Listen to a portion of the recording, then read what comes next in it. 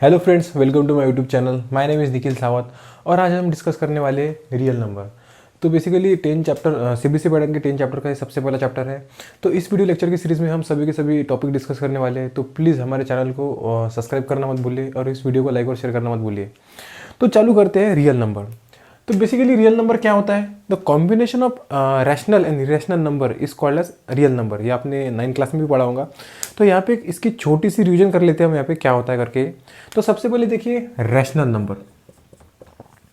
Rational number क्या होता है ना, the number which can be express in the form of p by q where q is not equal to 0। कोई भी number जिसको हम p बाय q इस फॉर्मेट में रिप्रेजेंट कर सकते हैं, जिसके अंदर q मतलब जिसका जो डिनोमिनेटर है वो जीरो नहीं होना चाहिए, is called as rational number. तो रैशनल नंबर के अंदर कौन से नंबर आते हैं? तो सबसे पहले हमारे भगवान ने दिए हुए number, that is natural number. Natural number क्या होता है? नेचुरल नंबर आपको पता ही होगा कौन से नंबर होते हैं। जैसे मैं कहूँ 1 2 3 एंड सो ऑन, ये सभी के सभी नेचुरल नंबर है। तो आप मुझे बोलोगे सर ये तो p बाय q इस फॉर्म में नहीं नजर आ रहे। तो देखिए अगर मैं कोई नेचुरल नंबर लूँ, जैसे मैंने ले लिया 5, तो इसके डिनोमिनेटर में हमेशा 1 रहता है, तो बन गया p बाय q फॉर्म। वैसे ही इंटीजर, इंटीजर में क्या होता है? -1 -2 0 1 2, इनके डिनोमिनेटर में हमेशा 1 रहता है, तो ये बन गए रैशनल नंबर। और जो फ्रैक्शन होते हैं, फ्रैक्शन, इनका तो मतलब अब बताने की ज़रूरत ही नहीं है, ये इनको देख के बता सकते हैं कि ये p बाय q इस फॉर्म में है, तो ये भी बन जाएंगे रैशनल नंबर। तो रैशनल नंबर के अंदर कौन से नंबर आते हैं? Natural number, natural number, fraction और इंटीजर्स, ये सभी के सभी रैशनल नंबर है। अब इरेशनल नंबर क्या होता है? तो देखिए इसका उल्टा होता है। बेसिकली कोई भी नंबर जिसको हम p बाय q इस फॉर्म में एक्सप्रेस नहीं कर सकते हैं is called as irrational number. कोई भी नंबर जिनको हम p बाय q इस फॉर्म में we can not express in the form of p by q where q is not equal to 0, वो तो अभी p बाय q, तो is called as irrational number. अब इरेशनल नंबर के अंदर कौन से नंबर आते हैं? तो बेसिकली रूट टू हो गया, √3, या फिर मैं कहूँ पाई की वैल्यू आपको पता होंगी 22/7, आपने बहुत जगह पे लिखा होगा। तो ये इसकी अप्रोक्सीमेट वैल्यू है, ये रैशनल नंबर में नहीं आता है, ये एक इरेशनल नंबर है। पाई एक्सपोनेंशियल अगर आपको पता होगा, ये भी एक इरेशनल नंबर है। तो ये हो गया रियल नंबर के बारे में, इरेशनल और रैशनल नंबर क्या होता है।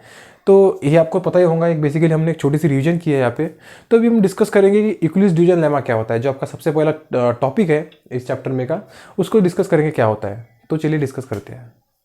तो अभी देखते हैं यूक्लिड्स डिवीजन लेमा क्या होता है। तो सबसे पहले लेमा जो वर्ड है आपके लिए न्यू होगा। तो लेमा का मतलब क्या होता है? तो लेमा मतलब बेसिकली देखिए, मैं अगर आपको एक एग्जाम्पल दूँ, मैं अगर आपको कहूँ कि राम श्याम का बड़ा भाई है, तो आप इस रिजल्ट का इस्तेमाल करके आप मुझे क्या कंक्लूजन दे सकते हैं कि जो श्याम होगा वो राम का छोटा भाई होगा। तो हमने ये क्या किया यहाँ पे कि हमारे पास एक रिजल्ट है, क्या कि राम जो है वो श्याम का बड़ा भाई है। हमने उस रिजल्ट का इस्तेमाल करके एक नया रिजल्ट प्रूफ किया कि जो श्याम होगा वो राम का छोटा भाई होगा। तो बस इसे लेमा बोला जाता है। हमारे पास एक रिजल्ट होता है, हम उस रिजल्ट का इस्तेमाल करके एक नया रिजल्ट प्रूफ करते हैं, इस कॉल्ड एज लेमा। ये तो हो गया लेमा के बारे में। अभी डिवीजन क्या होता है? डिवीजन आप सब लोगों को पता होगा। मैं अगर यहाँ पे बोलूँ आपको कि 24 डिवाइडेड बाय 5, राइट। अब इसको डिवाइड करेंगे, 5 4 ज़ा 20, हमारा रिमाइंडर आ गया 4। तो देखिए यहाँ पे क्या है ना, ये जो हमारा बाहर का 5 है, इसे बोला जाता है डिवाइजर। ध्यान से देखिए, यहाँ पे बहुत लोगों को कन्फ्यूजन होता है। ये अंदर जो 24 है, मतलब जिससे हम डिवाइड कर रहे हैं, वो है 5, वो होता है डिवाइजर। जो डिवाइड हो रहा है, मतलब अंदर का जो 24, वो होता है डिविडेंड। ये जो नीचे आ गया, ये है हमारा रिमाइंडर, दैट इज रिमाइंडर। ये आप लोगों को पता होगा क्या होता है। तो और ये होता है क्वोशिएंट। बस इस दो चीज़ों को ध्यान में रखिए, इनमें बहुत ज़्यादा कन्फ्यूजन हो जाता है लोगों को। तो यूक्लिड्स भाई साहब ने क्या बोला कि जो हमारा डिविडेंड है, that is dividend is equal to divisor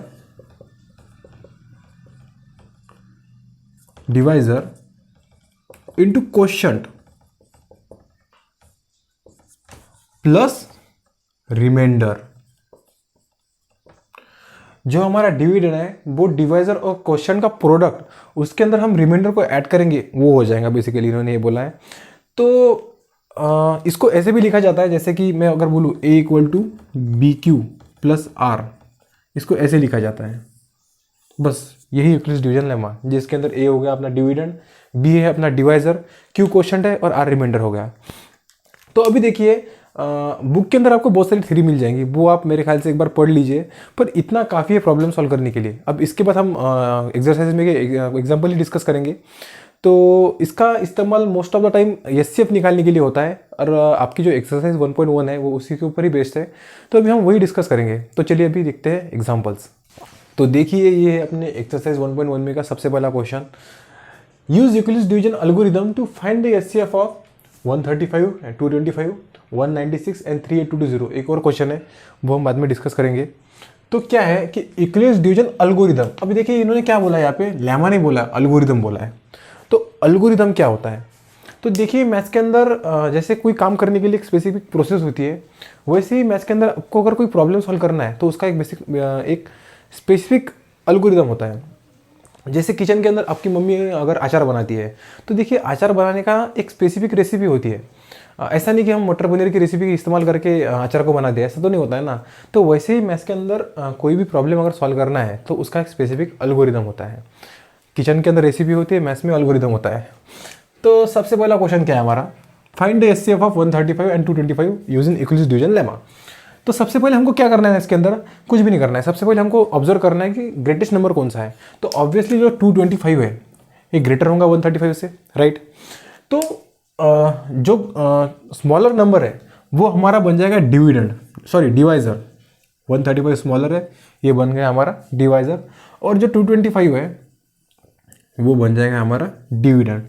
अभी इसके बाद हम डिवाइड करेंगे, डिवाइडेड बाय 1 से करना पड़ेगा। 135 हो गया 0, 12 माइनस 3 9, 0, राइट। तो अभी देखिए यहाँ पे क्या हुआ ना, यहाँ पे जो हमारा रिमाइंडर है वो आया नहीं 0, remainder is not equal to 0।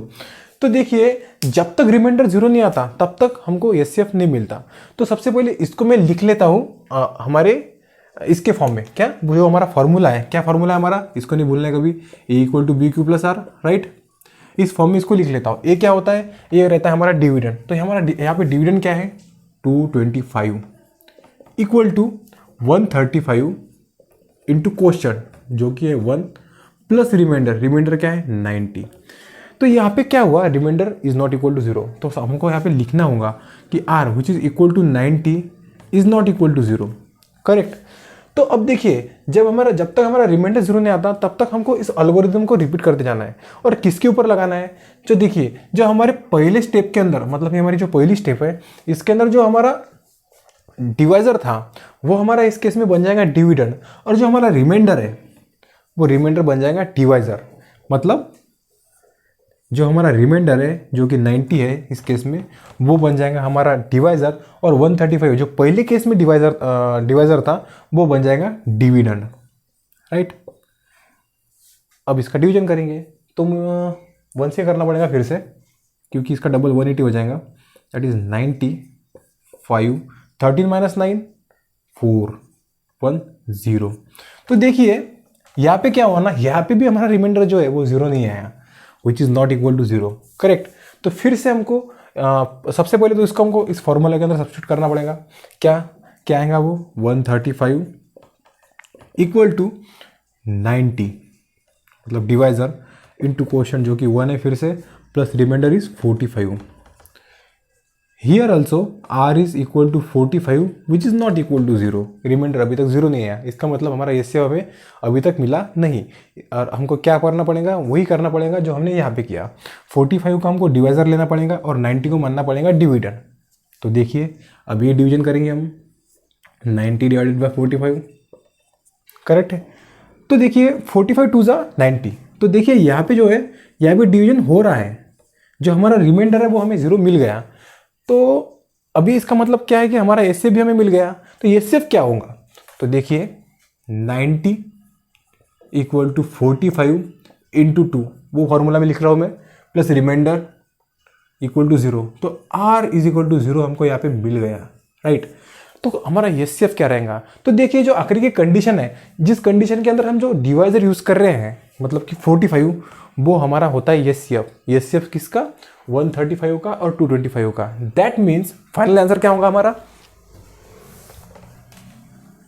Final answer बन जाएगा, ऐसा हमको प्रॉपरली लिखना पड़ेगा उसको यहाँ पे। That is HCF of 135 and 225 is equal to 45, right. ये हो गया हमारा फाइनल आंसर। बस ये होता है यूक्लिड्स डिवीजन एल्गोरिदम। इस एल्गोरिदम का इस्तेमाल करके हम ऐसे एचसीएफ फाइंड आउट करते हैं। कैसे फाइंड आउट करते हैं, तो सबसे पहले ग्रेटेस्ट नंबर कौन सा है वो नोट करो, वो उसको नोट करने के बाद उसको एज अ डिविजन कंसीडर करो, और जो छोटा नंबर है वो बन जाएगा डिवाइजर। फिर डिवाइड करते रहो, कब तक डिवाइड करते रहो, जब तक कि रिमाइंडर 0 नहीं आता, ओके। और जब रिमाइंडर 0 आएगा, और जिस केस में वो 0 आएगा, वो केस के अंदर की जो डिवाइजर है वो हमारा बन जाएगा एचसीएफ। समझ में आ गया। तो अभी हम सेकंड प्रॉब्लम को डिस्कस करेंगे। सेकंड प्रॉब्लम के अंदर क्या है, देखिए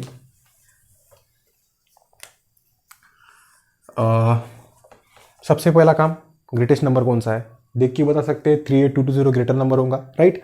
तो इसका मतलब वो बन जाएगा हमारा डिवाइजर, सॉरी डिविडेंड। देखिए कंफ्यूजन हो रहा है, इसको रट लीजिए आप, डिवाइजर और डिविडेंड में कंफ्यूजन होता है। 38220 डिवाइडेड बाय 196। अब डिवीजन करेंगे, 1 से करना पड़ेगा सबसे पहले। 196 डिवाइडेड बाय 12 माइनस 6 हो गया 6, 18 माइनस 10 हो गया 8, और ये आ गया 2। अब इसको नीचे ले लेते, इस 2 को नीचे ले लेते सबसे पहले। ये जो 2 है ये आ जाएगा नीचे यहाँ पे, राइट। तो अब सॉरी यहाँ पे 1 मिनट, ये 1 आ जाएगा यहाँ पे, sorry I am really sorry, ये नीचे आ जाएगा 18 का 1 कैरी। तो देखिए अगर मैं यहाँ पे 10 से करूँ तो 1960 हो जाएगा। तो 9 से ट्राई करके देखते क्या होगा। इस 9 इंटू 9, 9 6 जा 54, 4 5 9 9 जा 81 प्लस 5 6 8 9 9 9 9 प्लस 8 दैट इज 17। 17 से हो जाएगा 9 1 7 6 4, 12 माइनस 4 8, 16 माइनस 7 9, वो कैरी 0 0, राइट। ये आखिरी वाला 0 इसको नीचे ले लेते हैं यहाँ पे हमको देखना है 980। इसके यूनिट, अब देखिए इसके यूनिट प्लेस में 0 है और इसके यूनिट प्लेस में 6 है, तो 5 से ट्राई करके देखिए। तो हम इसको अगर 5 से ट्राई करें तो 5 6 जा 30, 5 9 जा 45 प्लस 3 बन जाएगा 8 5 9, ओके। ये पहले स्टेप के अंदर अच्छी तरीके से डिवाइड हो गया। जो हमारा रिमाइंडर है वो पहले केस के अंदर जो है वो 0 आ गया। तो इसको हम फॉर्मूला में लिखेंगे। फॉर्मूला क्या है, फॉर्मूला कभी नहीं भूलना है हमको, A equal to B Q plus are, right. क्या है ये, क्या होता है divisor, that is 38220 equal to 196 into question क्या है 195, और रिमाइंडर क्या है 0। रिमाइंडर 0 आ गया, इसका मतलब एचसीएफ मिल गया। और एचसीएफ क्या होगा इस केस में का डिवाइजर, और इस केस में डिवाइजर क्या है 196। That means final answer HCF of 196 and 38220 is equal to 196। ये हो गया हमारा एचसीएफ। इसके बाद और एक क्वेश्चन है, वो आपके लिए होमवर्क, वो आप ट्राई कीजिए। अभी हम दूसरे क्वेश्चन के ऊपर आते हैं, वो थोड़ा मुझे इंटरेस्टिंग लग रहा है, देखते हैं उसके अंदर क्या होता है। तो अभी हम डिस्कस करेंगे question number 2। Show that any positive odd integer is of the form 6q + 1, 6q + 3 और 6q + 5 where q is some integer. तो इस क्वेश्चन में हमको क्या बोला है कि जो पॉजिटिव ऑड इंटीजर होता है, पॉजिटिव ऑड इंटीजर माने 1 3 5, ये जो इंटीजर होते हैं पॉजिटिव ऑड इंटीजर, इनको हम 6q + 1, ये जो 3 फॉर्म दिए इन्होंने 6q + 1, 6q + 3, 6q + 5, इसके अंदर रिप्रेजेंट कर सकते हैं। ये हमको प्रूफ करना है इस एग्जांपल के अंदर। और ये कैसे प्रूफ करेंगे, तो यूक्लिड्स डिवीजन एल्गोरिथम का इस्तेमाल करके प्रूफ करेंगे। तो सबसे पहले हमारा एल्गोरिथम क्या है, एल्गोरिथम है कि A = BQ + R, राइट। तो अब देखिए इसके अंदर का जो रिमाइंडर है R, वो जो R रहता है वो हमेशा कम से कम जीरो रहता है, नहीं तो उसकी वैल्यू जीरो से बड़ी रहती है, उसकी वैल्यू कभी निगेटिव में नहीं आती। जो हमारा रिमाइंडर है आर, वो जीरो से बड़ा रहता है और ज़्यादा से ज़्यादा कम से कम जीरो के इक्वल रहता है, पर उसके निगेटिव में कभी उसकी वैल्यू नहीं आती। और एक बात, ये जो हमारा रिमाइंडर है वो हमेशा छोटा रहेगा हमारे डिवाइज़र से, जो डिवाइज़र बी, राइट। जो हमारा डिवाइज़र रहता है उससे हमेशा जो रिमाइंडर की वैल्यू रहती है वो छोटी रहती है। तो अभी जो एग्जाम्पल हमको दिया है दैट इज इसके अंदर क्या दिया है, 6q + 1, 6q + 3, 6q + 5। फिलहाल मैं 6q + 1 को ही लेता हूँ। इसको मैं अगर बोलूँ a = 6q + 1 और इसको अगर मैं कंपेयर करूँ अपने एल्गोरिथम के साथ, तो मुझे जो b की वैल्यू है वो मिल जाएंगी = 6। ये कंपेयर करके b की वैल्यू 6 मिलेगी। तो देखिए अगर b 6 है तो रिमाइंडर क्या रहेगा, रिमाइंडर की पॉसिबिलिटीज़ क्या है। तो सबसे पहली बात r जो है रिमाइंडर क्या हो सकता है, कम से कम 0 हो सकता है, और अब 6 से छोटा रहेगा तो क्या रहेगा, 1 रहेगा, 2 रह सकता है, 3 रह सकता है, 4 रह सकता है, और मैक्सिमम 5 रह सकता है। 5 से तो बड़ा नहीं होगा। क्यों बड़ा नहीं होगा, क्योंकि b जो है वो हमारा इस कंडीशन के अंदर 6 है, राइट।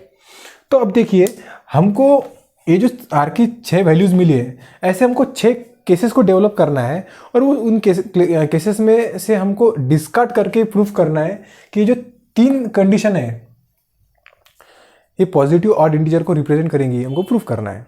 तो सबसे पहली कंडीशन में क्या, इफ r = 0। इस कंडीशन में क्या है, देखिए सबसे पहले क्या है कि r की वैल्यू क्या है ना, r को हमने 0 लिया, और फिर b जो रहेगा, b को लिया मैंने 6। b तो फिक्स ही रहेगा। जितने भी हमारी कंडीशन है, 6 कंडीशन है, उसके अंदर जो b है वो 6 ही रहेगा हमेशा। क्यों, क्योंकि उन्होंने ऐसा दिया है। तो देखिए हमारा एल्गोरिथम क्या है, एल्गोरिथम होता है a = bq + r, राइट। तो देखिए इसके अंदर जो b है वो हमारा 6 रहेगा, q रहेगा फिक्स, और r हो गया रिमाइंडर, ये हो गया 6q, राइट। हमको a = मिल गया 6q। तो अब देखिए जब कभी भी हम किसी इवन नंबर को मल्टीप्लाई करते हैं ऑड नंबर से या फिर इवन नंबर से, जो कोई भी नंबर इन दोनों में से, तो जो हमारा फाइनल आंसर आता है वो हमेशा इवन होता है। तो इस कंडीशन में क्या हो रहा है, जो हमारा इवन नंबर है 6, इसको मल्टीप्लाई कर रहा है q से। q क्या होगा, q कुछ भी हो सकता है भाई, इवन भी हो सकता है, ऑड भी हो सकता है। पर क्या हो रहा है ना, जब कभी भी हम इवन नंबर को मल्टीप्लाई करते हैं किसी ऑड नंबर से या इवन नंबर से, जो फाइनल आंसर रहता है वो हमेशा आता है इवन। तो इस कंडीशन में क्या हो रहा है कि जो हमारा आंसर है वो आ गया इवन, पर हमको क्या प्रूफ करना है, पॉजिटिव ऑड इंटीजर। ये जो फॉर्म है वो भी उन्होंने दिया हुआ फॉर्म नहीं है, तो ये हो गया डिस्कार्ड। पहली कंडीशन हो गई डिस्कार्ड। क्यों, क्योंकि हमको पॉजिटिव ऑड इंटीजर तो नहीं मिला, हमको पॉजिटिव इवन इंटीजर मिला है, राइट। अब सेकंड नंबर के कंडीशन में क्या होता है, इफ r = 1 लेते हैं हम, राइट, और b तो हमारा भाई फिक्स ही है 6। तो एल्गोरिथम क्या है, a = bq + r, a = 6q + r क्या है इस बार 1, राइट। r आ गया हमारा 1। तो देखिए जब कभी भी हम किसी इवन नंबर के अंदर किसी 1 को ऐड करते हैं तो हमको ऑड नंबर मिलता है।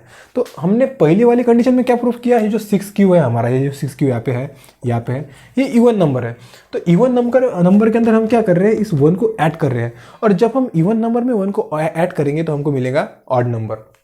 दैट मीन्स ये जो आएगा ये हमारा रहेगा ऑड इंटीजर्स, और ये कैसा रहेगा, पॉजिटिव रहेगा हमेशा, राइट। हमको मिल गया ऑड इंटीजर। पहली जो कंडीशन उन्होंने बोली थी दैट इज 6q + 1 को ऑड इंटीजर प्रूफ करो, पॉजिटिव ऑड इंटीजर प्रूफ करो, वो हमने यहाँ पे कर लिया है। तो ये हमारी कंडीशन जो है वो कर गई काम, राइट। अब आते हैं हम थर्ड नंबर की कंडीशन के अंदर, और थर्ड नंबर की कंडीशन के अंदर हमको r की वैल्यू क्या लेनी है, इफ r = 1 0 हो गया, 1 हो गया, अब हो रहेगा 2 और b 6, राइट। अब एल्गोरिथम क्या करता है, a = bq + r, that is a = 6q + 2। अब देखिए जब हम इवन नंबर के अंदर और 1 को ऐड करते हैं तो ऑड नंबर मिलता है, और जब कभी भी हम ऑड नंबर के अंदर फिर से 1 को ऐड करते हैं तो हमको मिलता है इवन नंबर। तो इसके अंदर हम क्या कर रहे हैं, देखिए इसको लिख सकते हैं 1 + 1, 2 को क्या लिख सकते हैं 1 + 1। ये जो हो गया हमारा हो गया ऑड। क्यों, यहाँ पे हमने प्रूफ किया कि ये जो रहेगा ऑड पॉजिटिव इंटीजर रहेगा, और इस ऑड नंबर के अंदर हम 1 को ऐड कर रहे हैं तो हमको मिलेगा फिर से इवन नंबर। दैट इज अब एग्जांपल लेके देख लीजिए, अगर मैं 7 को लूँगा, 7 क्या है, ऑड नंबर है, और 7 के अंदर मैं 1 को ऐड कर रहा हूँ, मिल रहा है 8, करेक्ट। तो वही यहाँ पे हो रहा है। अगर मैं इसको 9 मान लूँ, मतलब इसकी वैल्यू अगर 9 आ रही है और मैं और इसके अंदर 1 को ऐड कर रहा हूँ, तो मुझे हमेशा इवन नंबर मिलेगा, राइट। तो ये हो गया हमारा इवन, पॉजिटिव इवन नंबर। तो हमको तो भाई इवन नंबर नहीं चाहिए, हमको चाहिए ऑड नंबर। तो ये कंडीशन हमारी डिस्कार्ड कर गई। अब आते हैं कंडीशन नंबर 4 के ऊपर। If r is equal to 3 and p is equal to 6, algorithm में पुट करेंगे, that is a equal to 6q plus 3। अब देखिए, जब हम इवन नंबर के अंदर किसी ऑड नंबर को ऐड करते हैं, 3 क्या है हमारा, 3 है हमारा ऑड नंबर, और 6q है जो हमने यहाँ पे प्रूफ किया इवन नंबर है। और इवन नंबर के अंदर हम जब कभी भी ऑड नंबर को ऐड करते हैं तो जो फाइनल आंसर रहता है वो हमेशा आता है ऑड, राइट। यहाँ पे क्या आ रहा है, हमारा आंसर आ रहा है ऑड। तो इसका मतलब क्या हो गया, ये जो कंडीशन है हमारी थर्ड नंबर की, ये होगी प्रूफ, राइट। तो ये होगी प्रूफ। तो आते हैं फोर्थ नंबर की कंडीशन के ऊपर। तो फोर्थ नंबर की कंडीशन में क्या होता है ना, हमारी जो आर की वैल्यू है उसको हमें क्या लेना पड़ेगा, उसको लेना पड़ेगा 4, that is if R equal to 4 और हमारा बी जो है वो रहेगा 6, राइट। अब यहाँ पे क्या हो रहा है ना, फिर से हम एल्गोरिथम में इसको पुट करेंगे, that is a equal to B Q plus r. A equal to आ जाएगा 6q और आर आ जाएगा 4, राइट। आर आ गया 4। अब क्या हो रहा है, हम इवन नंबर है हमारा, ये जो इवन नंबर है इसके अंदर फिर से एक इवन नंबर को ऐड कर रहे हैं। और जब कभी भी हम किसी इवन नंबर के अंदर इवन नंबर को ऐड करते हैं तो आंसर भी हमेशा इवन आता है। तो ये क्या आएगा, इवन। अगर मैं 4 के अंदर 8 को ऐड कर दूँ तो वो हो जाएगा 12। 12 क्या है, इवन नंबर, राइट। तो ये हो गया हमारा इवन नंबर। तो ये भी कंडीशन डिस्कार्ड कर गई। क्यों कर गई, क्योंकि हमको तो चाहिए पॉजिटिव ऑड इंटीजर भाई। तो अब आते हैं कंडीशन नंबर 6 के ऊपर, जो कि हमारी लास्ट कंडीशन है। और इस कंडीशन में हमको 5 लेना है। आर को 6 लेंगे क्या हम आगे, नहीं लेंगे। क्यों, क्योंकि हमारा बी जो है वो 6 है और बी की वैल्यू हमेशा बड़ी रहती है आर से, राइट। तो और बी क्या है, बी रहेगा 6 और ए इक्वल टू आ जाएगा बी क्यू प्लस आर और ए आ जाएगा 6q प्लस 5। इवन नंबर के अंदर ऑड नंबर, आप ही बताओ आंसर क्या आएगा। यहाँ पे भी हमने प्रूफ किया ऑड आएगा, राइट। हमारा आंसर आ गया ऑड नंबर। तो देखिए ये कंडीशन जो है हमारी फाइनल कंडीशन है जो उन्होंने दी है खुद, 6q प्लस 5। तो ये जो तीनों कंडीशन है, इन तीनों कंडीशन को हमने प्रूफ कर दिया कि ये हमें पॉजिटिव ऑड नंबर ही देंगी यूजिंग यूक्लिड्स डिवीजन एल्गोरिथम। तो ये हो गया क्वेश्चन नंबर 2। काफ़ी इंटरेस्टिंग क्वेश्चन था। अभी हम देखते हैं क्वेश्चन नंबर 3। वो एक वर्ड प्रॉब्लम है। वो एक बेसिकली एप्लीकेशन है यूक्लिड्स डिवीजन एल्गोरिथम का रियल लाइफ में, कि उसका इस्तेमाल हम कहाँ कर सकते हैं। अभी डिस्कस करते हैं उसके बारे में। तो चलिए डिस्कस करते हैं क्वेश्चन नंबर 3। क्वेश्चन नंबर 3 आपको बुक में से पढ़ना होगा। अगर आपके पास बुक नहीं है तो कोई प्रॉब्लम नहीं है, आपको क्वेश्चन यहाँ पे दिख जाएगा। हम तो भाई बुक से पढ़ेंगे। An army contingent of 616 member is to march behind an army band of 32 member in a parade. The two groups are to march in the same number of column. What is the maximum number of column in which they can march? तो देखिए यहाँ पे number of members कितने हैं। हाँ, तो members कितने हैं यहाँ पे, members is equal to 616, right. और आर्मी बैंड कितने रहेंगे, 32। और हमको क्या फाइंड आउट करना है, हमको फाइंड आउट करना है कि नंबर ऑफ कॉलम्स कितने रहेंगे। और अगर हमको फाइंड आउट करना है नंबर ऑफ कॉलम्स कितने हैं, तो उसके लिए हमको इन दो नंबर का एचसीएफ निकालना होगा बस। अगर इन दो नंबर का एचसीएफ हमें मिल गया, उतने ही नंबर के कॉलम रहेंगे। तो एचसीएफ क्या होगा, एचसीएफ निकालने की टेक्निक अपने को पता है, that is Euclid's division algorithm. तो चलिए उसका इस्तेमाल करके ही हम इसके number of columns find out करते हैं। तो सबसे पहले एल्गोरिथम क्या है, that is a equal to B Q plus are, right. और इस बार हमारा ग्रेटर नंबर कौन सा था, 616 और 32, राइट। 616 एंड 32, इन दो नंबर का इससे फाइंड आउट करना है। ग्रेटर नंबर कौन सा है, 616, ऑब्वियसली वही ग्रेटर नंबर है। डिवाइड करेंगे 616 डिवाइडेड बाई 32, 1 से 32 आ जाएगा यहाँ पे, 11 माइनस 9 4 2, राइट। इसको नीचे लूँगा, 6 को मैं अभी यहाँ पे 9 से करके देखते हैं। 32 into 9, 18, 9 9 27 plus 1 28, that is 9 2 8 8, 16 minus 8 8 0 0। तो हमारा रिमाइंडर इस बार आ गया 8, जो कि 0 नहीं है। इसका मतलब हमको इस एल्गोरिदम को फिर से रिपीट करना होगा। तो सबसे पहले फॉर्मूला में लिख लेते हैं क्या है। तो that is 616 equal to 32 into 19 plus remainder equal to r. R is not equal to 0, r is equal to 8 which is not equal to 0, right. अब क्या करते हैं हम, अब हमें जो 8 है इसको मान लेते हैं डिवाइजर, और जो हमारा 32 है ये बन जाता है अपना, क्या बन जाता है, डिविडेंड, राइट। तो अब उसको डिवाइड करेंगे, दैट इज 32 डिवाइडेड बाय 8। अब 8 4 जा 32, रिमाइंडर आ गया 0, रिमाइंडर बन गया 0। इसका मतलब एचसीएफ मिल गया है। यार एचसीएफ क्या होगा, तो पहले लिख लेते हैं 32 that is equal to 8 into 4 plus 0। तो अब जो ये 8 है ये बन गया हमारा HCF. That means HCF of क्या 616 एंड 32 इज इक्वल टू 8। तो इसका मतलब नंबर ऑफ कॉलम्स क्या रहेंगे, number of columns are 8, right. Number of columns is equal to 8। ये हमारा फाइनल आंसर, ये हमने प्रूव कर लिया है। बेसिकली एक वर्ड प्रॉब्लम है, ये आपको इसलिए दिया गया है कि आप इसका एप्लीकेशन जान सके कि एचसीएफ निकालने का, एक्सक्लूसिव डिवीजन एल्गोरिथम का एचसीएफ हम रियल लाइफ में कहाँ कर सकते हैं। बेसिकली इसके लिए एग्जाम्पल था। अभी हम आते हैं क्वेश्चन नंबर 4 के ऊपर। तो अभी हम डिस्कस करेंगे क्वेश्चन नंबर 4 को। तो देखिए क्या है, using exclusive division lemma to show that the square of any positive और इंटीजर्स, और नहीं इवन नहीं, बस integer, square of any positive integer is either of the form 3m और 3m plus 1 for some integer m। कोई भी देखा सा प्रॉब्लम लग रहा होगा आपको क्वेश्चन नंबर 2, पर वैसा नहीं है। उसके अंदर पॉजिटिव ऑड इंटीजर था, इसके अंदर बस इंटीजर है और उसका इंटीजर का स्क्वायर है। जो स्क्वायर होता है इंटीजर का वो 3m और 3m प्लस 1 ये फॉर्म में होता है। ये हमको इस क्वेश्चन में प्रूफ करना है। तो सबसे पहले हमारा एल्गोरिदम क्या होता है, it is a equal to B Q plus r. और वो चीज़ मैंने आपको जो बोली थी वो that is 0 is less than equal to r is less than equal to B.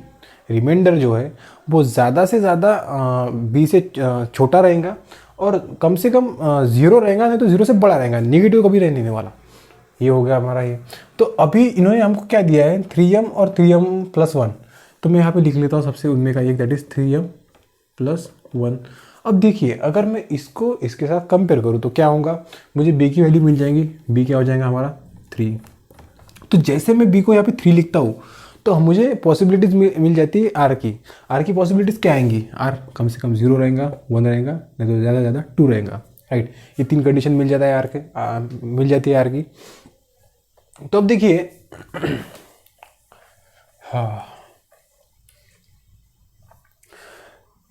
तो अभी इस प्रॉब्लम के अंदर कितनी केसेस आएंगी हमारी, वो प्रॉब्लम के अंदर हमें r की 6 वैल्यूज़ मिली थी। इस प्रॉब्लम में हमको r की बस 3 वैल्यूज़ मिली है, तो हमारी 3 केसेस बनेंगी। तो सबसे पहले केस, इफ़ r के equal to 0 and b equal to 3, b तो फिक्स ही रहेगा तीनों के तीनों केसेस में।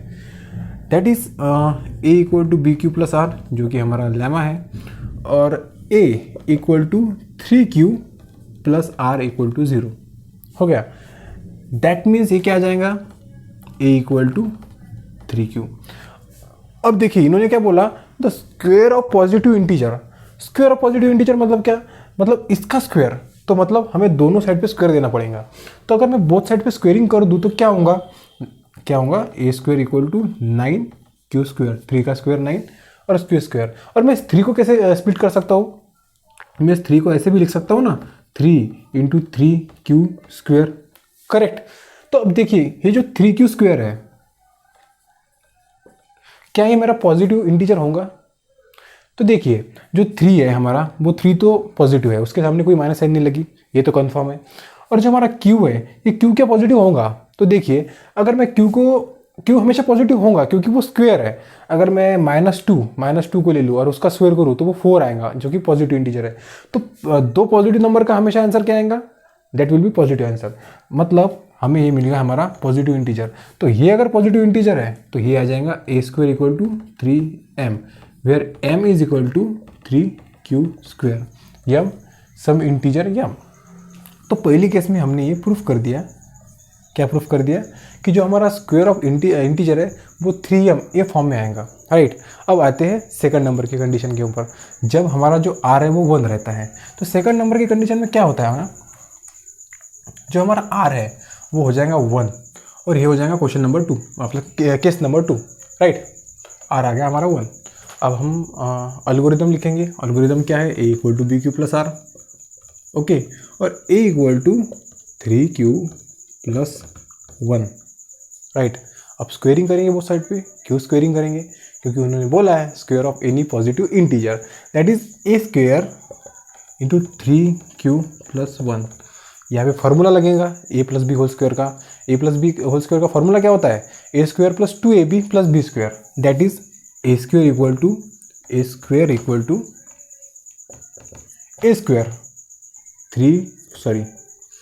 9q² + 2ab + 2 × ab, that is 6q + b²। b क्या है हमारा? 1, और 1 का स्क्वायर हमेशा 1 आता है। तो अभी इस दो टर्म को ऑब्जर्व करिए। तो देखिए इसके अंदर का मैं अगर 3 कॉमन ले लूँ तो क्या होगा? a² 3q² + 2q + 1। तो देखिए ये जो हमारी टर्म है इसको मैं अगर यम मान लूँ, दैट इज 3q² + 2q = यम, मतलब एनी इंटीजर। तो ये क्या होगा? a² = 3m + 1। दैट मीन्स कि जो हमारा स्क्वायर ऑफ पॉजिटिव इंटीजर है वो इस फॉर्म में भी आ सकता है। वो हमने यहाँ पे प्रूफ किया, राइट। मतलब यहाँ पे प्रूफ हो गया वो। तो अभी हमारी जो थर्ड नंबर की कंडीशन है, जब हमारा r है वो 2 होता है तब क्या होता है वो देखेंगे अभी। तो कंडीशन नंबर 3, r होगा हमारा भाई 2, राइट। और अभी फॉर्मूला में डाल के इसको प्रूफ करेंगे, ओके। तो a = क्या आ जाएगा? 3q + 2। अब स्क्वेयरिंग करेंगे वो साइड में, जैसे पहले कंडीशन में क्या वैसा ही यहाँ पे भी करना पड़ेगा।